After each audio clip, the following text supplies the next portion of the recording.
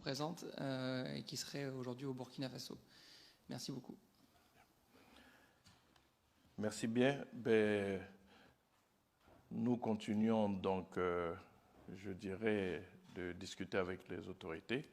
Donc, vous connaissez les pratiques du pays. Nous sommes très discrets sur ces questions-là jusqu'à ce que nous obtenions des résultats. Ce sont des discussions qui ne sont pas faciles parce qu'il faut rester prudent, il ne faut pas, je dirais, donc, pas quelque maladresse que ce soit caresser à rebrousse-poil donc, les autorités donc, de nos voisins. Donc, nous sommes dans de bonnes dispositions d'esprit. Je l'ai toujours dit, la négociation est un chemin qui est peut-être long, mais c'est le chemin qui permet d'obtenir les meilleurs résultats sans dégâts collatéraux. Nous sommes engagés dans ces voies de négociation, dans ces voies de discussion qui demandent de la patience. Ce n'est pas la première fois que nous nous trouverons confrontés à ce genre de situation, mais chaque fois, c'est la sagesse, c'est la discussion, c'est la négociation qui a prévalu et nous avons chaque fois obtenu donc des résultats. C'est vrai, ça prend du temps. C'est le lieu, en tout cas, de nous adresser aux familles donc de ces responsables à Dara pour leur demander de continuer de faire confiance à l'État, que leurs parents ne sont pas oubliés et que nous continuons donc les discussions avec les autorités burkinabés pour qu'ils puissent rejoindre leur famille dans les meilleurs délais.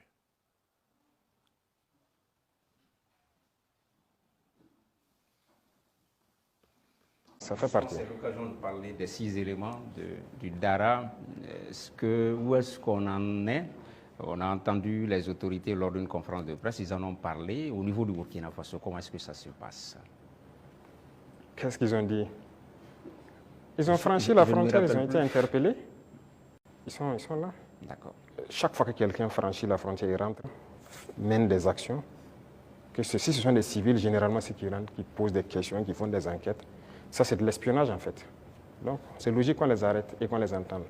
C'est comme avant ça, il y avait des gendarmes qui avaient franchi en armes. C'est arrivé 2 fois, il y avait 6 et 2 entre-temps. On les avait arrêtés, on les avait amenés jusqu'à Ouagadougou avec les armes, on les a auditionnés. Mais un jour, le ministre de la Défense m'a dit que son homologue l'a appelé et plaidé si on peut les libérer.